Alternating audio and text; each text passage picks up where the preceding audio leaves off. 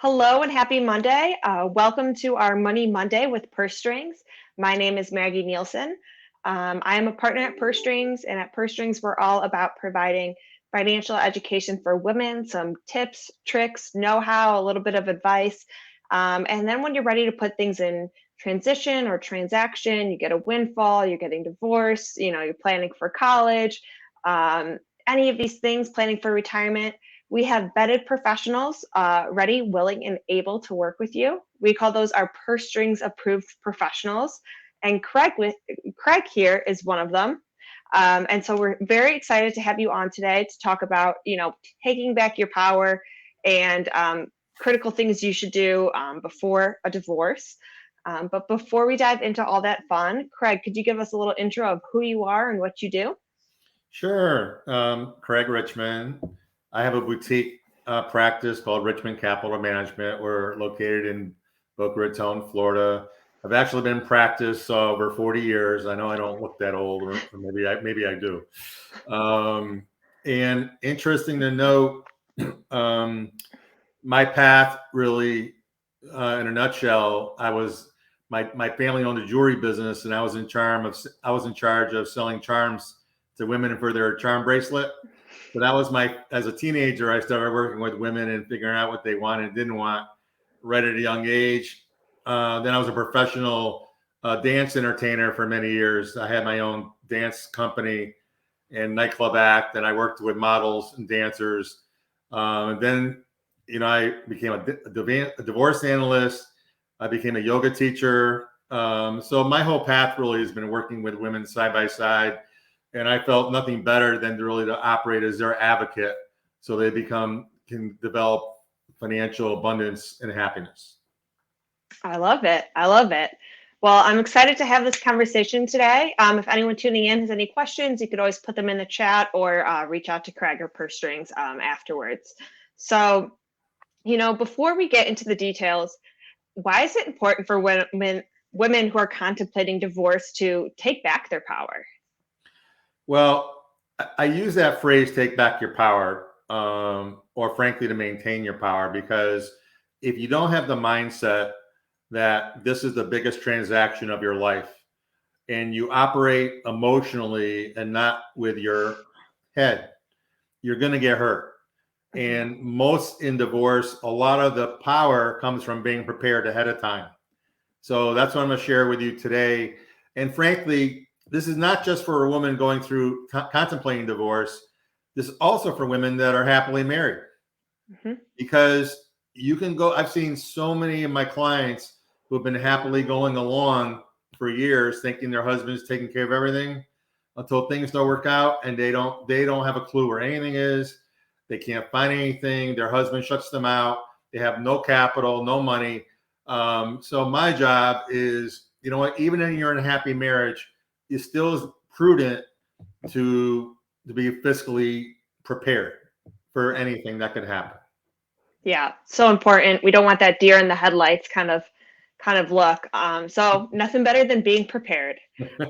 So we're going to go through some of the most important things that women should perform before filing. So with that, I'm just going to let you get at it. Okay. Well, this is not in any particular order of importance, but for all the ladies out there, write all these down or re-listen to the podcast or webinar. I'm not even sure what you call this. But this is, first off, you have to get a copy of your bank account statements. So any banking you have with your husband, download the statements and do it every month to see if there's any changes going on with his expenditures. All right. Any investment accounts. I know many husbands go, well, honey, I handle that. You don't have to get involved. And I've heard that conversation, forgetting the fact, even if a guy handles it and is a good husband, he could be a lousy investor. So you have to get involved in a process. It's half your money at a minimum. So you have to know what's going on, download the investment accounts, understand what's going on. If your advisor, unfortunately, is not women-centric, then you got to find an advisor that takes you seriously and has the empathy and patience to make sure that all your questions are answered so you have a full understanding of your investment portfolio. It's very possible your husband has no clue what he's doing. All right. I don't say that lightly. But this is your life. Credit cards. Oh my God. You got to get a copy of all your credit cards. And most importantly, you got to start taking out a credit card in your own name. All right. Away from your husband. You don't tell him about it. All right. And get it one where you get hopefully a high credit limit. And down the road, you may need that to pay those legal fees. Also, in the same vein, start your own checking and savings account with a different bank other than what you have your current accounts with. And again, don't tell anybody about it, not even your daughter, your mother, your best girlfriend, because ultimately somebody's going to slip and that's going to be the end of that. So this is a complete secret between you and the bank. And it's important you start putting a little funny money in there every month and grow that up. Again, if your marriage is perfect, I applaud you. You know, all the best to you. But what's the harm in having a little side account that just protects you in case? Nobody plans on getting divorced, but over 50% of people do. I'm also divorced. Of course, I've been married now 30 years, a second wife, thank the Lord. And I truly cannot afford to get divorced. I told her when we just built a new home. I said, we're really stuck. I'm not going anywhere. Now, mortgage statements. Get a copy of the mortgage statements. Get a copy of the last 3 years tax returns. All right, and then at the end of the year, make sure you get all year-end statements for pretty much everything. Now, do not put it under your bed. When you get all this stuff, it's like doing what I call your little spy, doing a little recon, and you take the information and maybe put it into a big folder, and maybe put it at your mother's house or maybe your best friend's house, or better yet, open up a safe deposit box at the bank that you opened up your new checking account and stick everything in there. This is just, you know what? If things go great. But you know what? You have insurance now. Because I guarantee you, and sometimes you get, what I call marriage. Sometimes you have two people, they're not in love anymore. They're just two ships passing in different directions. You were in love at one time. Your interests differ. That's okay. That happens. But what happens if, your husband's a bad guy, and he doesn't care about you. He doesn't care about the children. So you have to prepare yourself, because most of my women clients have gotten divorced. Most of them, everything came out of left field. Like, oh my God. I like that you call it insurance, because it kind of is that protection, and even if you were married and let's just say they pass away, at least you know where the accounts are, how to get into the accounts, and these different things, because you just have to know just in case you end up widowed all of a sudden. And we don't want to be the bearer of bad news, but just knowing where some of this information is super helpful, much less having copies of it and having, having your own accounts as well. Now, absolutely. So what happens now if you're ready to file for divorce? All right. There's a couple other more aggressive steps you have to take, especially when your husband is a narcissist and he's trying to take control and put you in a place where you cannot compete. Okay. You really have to decide whether, and I've seen where marriages don't work and they're both, very cordial and work together, but I've also more than likely see the other one where the guy just tries to ramrod over the ex-spouse. So one thing is, if you have a checking, anything that's joint, other than the mortgage, you got to try to close it out as long as it has a zero balance. So any checking accounts, all right, you probably won't be able to close. You probably won't be able. You can maybe take a withdrawal, okay, and you probably should, because if you have $100,000 of cash, hypothetically, what happens if he writes a check for himself for $75,000? What are you going to do? Okay, expect the worst and hope for the best. Right? Yeah. If you do have any joint accounts that are zeroed out, close them out, because otherwise it's possible he can use those credit cards and wrap up a big bill. And the reality is you're still going to be liable for half. Yep. I've had situations where a husband and wife had property and they didn't really do their homework, got divorced. Well, they're both on the hook because the bank won't let them off the hook, right? Well, the guy went bankrupt. Nobody saw that coming. And as a result of that, all the creditors went after my client. Mm-hmm. So what happened? It forced her into bankruptcy. And this is somebody who is very diligent about her finances, very good saver, but she just was overwhelmed. So the other things I'm going to share with you is make sure you get a copy of all the passwords. Mm-hmm. Really important. All right. And on your accounts, change your passwords to make sure he doesn't have access to it. And if he says, honey, I can't get in your account, so I don't know. Don't go on social media, even though you may hate the guy. Don't start going on social media like Facebook and start trashing him. Okay, that's just going to hurt you. Or any other social media platform. You just act. You really got to act like a lady. You got to act in your head, not your heart. I understand you might hate the guy for the worst 10 years of your life. I get it, but this is the most important transaction of your life. You must prepare.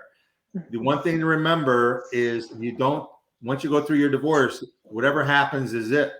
Mm-hmm. You don't get a do-over. So if that's the case, you have to do it right. I've had divorced clients where I've had to set them down and try to tell them to quit. They're either unbelievably angry or unbelievably sad. They're not grounded. Yep. That's when my yoga comes in. I try to provide a little spiritual guidance, but the reality is you have to deal with this as a business transaction, the biggest of your life. And in the end, you want to be able to build as much wealth as you can. And like I say, I advocate for my women clients to try to make sure they do all the right things.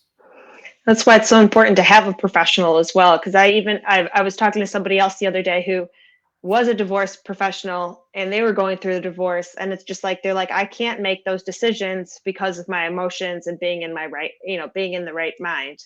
And so having a professional to kind of help you there and support you and get you in that right mind and kind of think straight for you is super helpful and super almost necessary. Also, let's talk about the house for a second. Don't Yeah. leave the house. Don't leave the house. As much as you might hate them, don't think you have to flee because. And again, it could differ from state to state and what judge you get. But if you have children involved, that could be taken as that you're losing some battle with custody if you just automatically leave the family.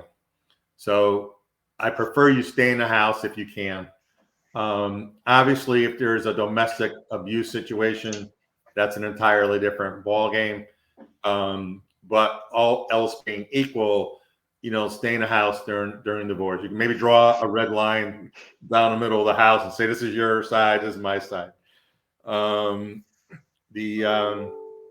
not use the same professionals. Make sure if you're going to get a divorce professional, and that's a whole other conversation, Maggie, as to what kind of divorce lawyer you should get.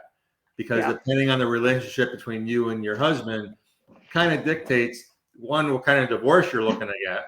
Mm-hmm. Whether it's going to be a mediation, whether you're going to hire a lawyer and do a litigated divorce or do a collaborative type divorce. That all really depends on the relationship with your ex-spouse or soon-to-be ex-spouse. And do not use the same CPA. If he's got a family friend doing the taxes for a year, find another CPA. All right. Don't go to the same professionals. You have a financial guy. Some do want, I've had a case where both the husband and the wife still want to retain me. And because I'm a fiduciary, so I can handle it, but typically I don't recommend it. Because if your ex-husband's playing golf with a CPA, what do you think is going to happen when they're on the ninth hole, or should I say the 19th hole, and they're drinking, and the CPA starts blabbing information. So you want to keep your affairs as private as possible. Do not get advice from your family or friends. Okay, they're all experts. Trust me. All right. They come to you and they say, oh, I can do this. I can do that. And they're really, for whatever reason, they really put a sword in the sand about how to want to help you. But the reality is they're not professionals. They're not grounded. They're very emotional. Yes, their best interest is at heart. They want to help you, but don't take their advice. I've seen that blow up in their face many, many times. So the reality is, in total, you want to be prepared. The longer you take to prepare before you file, the better. You don't wait till the last week. Yeah. You can't do all this, the stuff that I've talked about. It takes time. Yeah. Be calculating, take, if it takes 3 months, 6 months, knowing you're going down that road, do your research, get it. And I tell you, the lawyer that you would hire is going to love you because you got everything together. Yeah. And the financial guy would love you as well. So, look, divorce is tough. Nobody likes it, but you want to go through it as intelligently and successfully as possible. Yes, definitely. And we do have a couple videos that we've done before about, who might be on your team or different types of divorce you can have, as well as all those different professionals, because we want you to have someone trusted and really be on your side and be on your team. Because some people do go to, their brother's best friend, which is really not always the best option, especially if they're not, a certified divorce financial analyst or somebody like that who really has those credentials. So, we promote purse strings because that's what we do here to get those right professionals, but make sure you're working with the right team, because like you said, it is the biggest transaction, and once it's kind of done, it's done. So you want to make sure you're getting the best out of the situation you can. Yeah, I've just seen so many situations where where women, they give their all, they give their heart all their life. They work for a family business, never took a salary. All right. Didn't get any benefits. Oh, honey, we'll take care of you. The family will take care of you until they don't. And then they throw you out, like last night's trash. And I've seen situations where women just didn't get enough of a settlement. Yep. It's the long and short of it. And they didn't have the money to fight it. Yep. So what happens? Nobody said divorce is going to be completely fair. It's not, potentially. And then if you don't have enough money, what do you do? At 60 years old, you haven't worked in 20 years, you're going to start looking for a job? Yeah.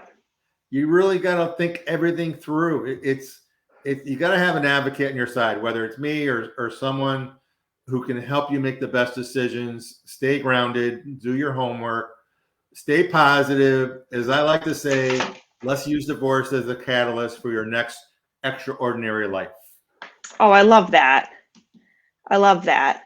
And there were a couple of points that I just wanted to swing back around to. And I know one of them you said was your credit card, have copies of those statements and open one in your own name and make sure any joint accounts are really closed. But I know a lot of things that women, if they're married for a long time and haven't really created their own credit score, because it's always been in his name, that can be a problem. So you do want to just, either way, if you're married or thinking about divorce, your credit score is not always combined. So you want to make sure you're building your own. Go to creditkarma.com. That's with a K. It's free. Mm-hmm. Okay. You can download your own credit report for both Equifax and Experian, and it'll give you your credit score, and it'll tell you why you have your credit score, and it'll really give you an incredible amount of knowledge to understand where you're at. And interesting to note, you might say, wow, I didn't know I had all these credit cards in my name or joint name. You might be a little shocked at what you might see. And mm-hmm. Credit score might not be that good because of your ex-husband is to be bad behavior. Yeah. So it's these little things that you don't always think about when you're married, but you want to make sure you're protecting yourself in that kind of withdrawal period, or, in that separation period, because you don't want to, get into more debt or danger or something there. And then, Maggie, do not allow the ex-husband to control you. Okay. I've seen there's a lot of, and again, I'm just trying to protect the women. I'm not, yeah. If you're happily married, you have all my blessings in the world. But if you don't, I've seen where guys try to really ramrod the wife and scare her and dictate to her how you're going to get divorced and what she's going to get.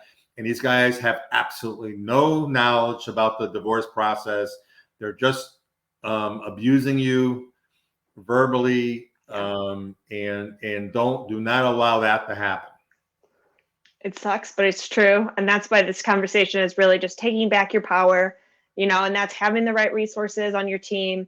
And everybody, almost all the professionals offer a 20-minute consultation. So even if you don't think you can afford it or you don't know about your situation, just have that consultation. It's better to use that 20 minutes and see your situation than just admit that you can't do it and give away that power, because you're stepping into the hopefully a next great period of your life where you're really free and living your best life.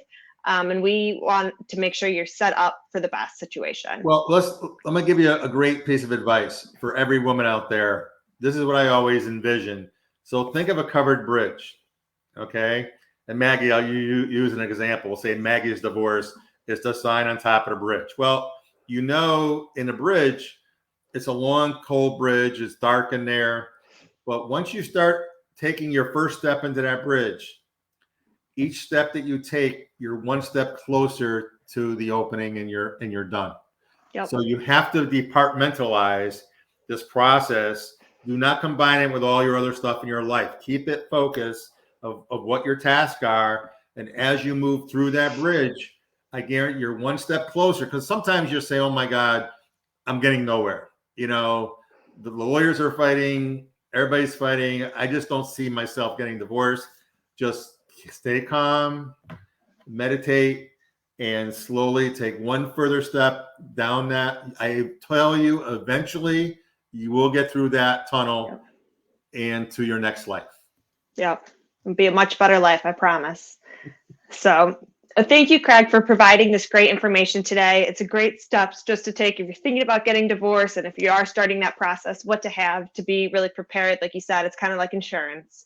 And so I really like that analogy. So is there anything, last tips, tricks, pieces of advice you wanted to make sure our women share, you want to make sure our women hear today?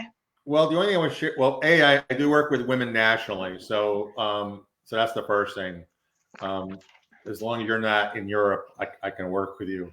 But I would share with you, being a yoga teacher, is you have to find a way to find your inner peace. And I happen to love yoga and meditation, but if that's not your thing, that's okay.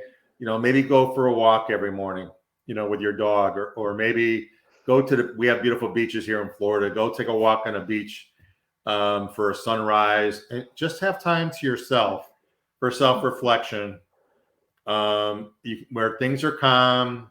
You can kind of think about everything. I will share with you that'll be worth $1,000 in being able to take some time and ground yourself and be calm and get through this process properly. Yeah. Great message to end on there. So if anyone has any more questions or wants to reach out to Craig, his email has been going through the bottom on this. He's also one of our Purse Strings approved professionals, so you can reach out to him on our site, pursestrings.co. So yeah, if you have questions, reach out to Craig, reach out to Purse Strings. We're here to support you every step of the way. So until then, we will be back here again next Monday. So thank you and bye. Thank you.